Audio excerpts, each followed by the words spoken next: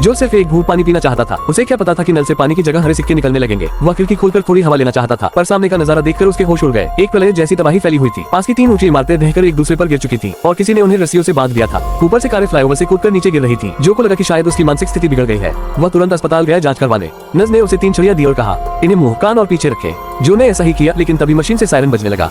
असल में नर्स ने मशीन की सेटिंग्स गलत कर दी थी। डॉक्टर ने देखा कि जो के पास कोई पहचान पत्र नहीं है और तुरंत अलार्म दबा दिया। जो को पुलिस ने गिरफ्तार कर लिया और एक पिंजरे में बंदकर कोर्ट ले जाया गया।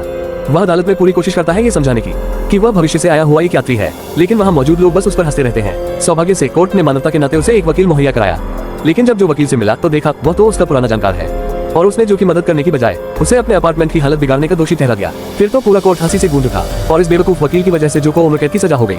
साथ ही उसे एक संख्या पहचान दे दी गई। कृपया अपना नाम बताइए जैसा कि आपकी फेडरल आईडी में लिखा है। दस्तावेज संख्या G24LA। मुझे नहीं पता, आपने नाम दर्ज किया, नॉट श्योर। नहीं, वो सही नहीं है।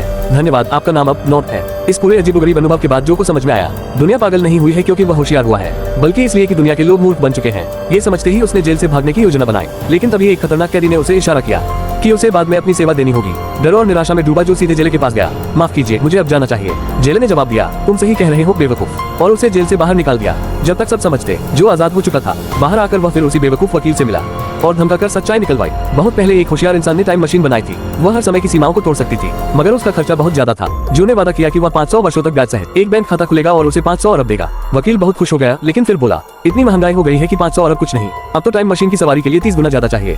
आखिरकार जब जो ने वादा किया कि वह 8000 अरब देगा, तो वकील मान गया। रास्ते में जो की मुलाकात लीटा से हुई, जो एक प्राचीन पेशे से जीवित थी, लेकिन जो को लगा वह एक चित्रकार है, तो उसने उसे भी अपने साथ चलने को कहा। अभी वे टाइम मशीन की खोज में ही थे कि FBI उन पर टूट पड़ी।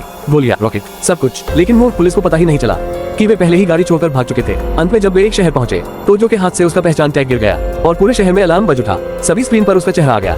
दूसरे भाग गए, लेकिन जो ने लीटा को अकेला नहीं छोड़ा और खुद पुलिस के हवाले हो गया। ये कहानी व्यंग्य और समाज की मूर्खताओं पर तीखा कटाक्ष है और ये दिखाती है कि जब दुनिया बेवकूफों से भर जाती है तो होशियार लोग पागल समझे जाते हैं। फिर भी इस वीडियो को किसी ने लाइक सब्सक्राइब नहीं किया।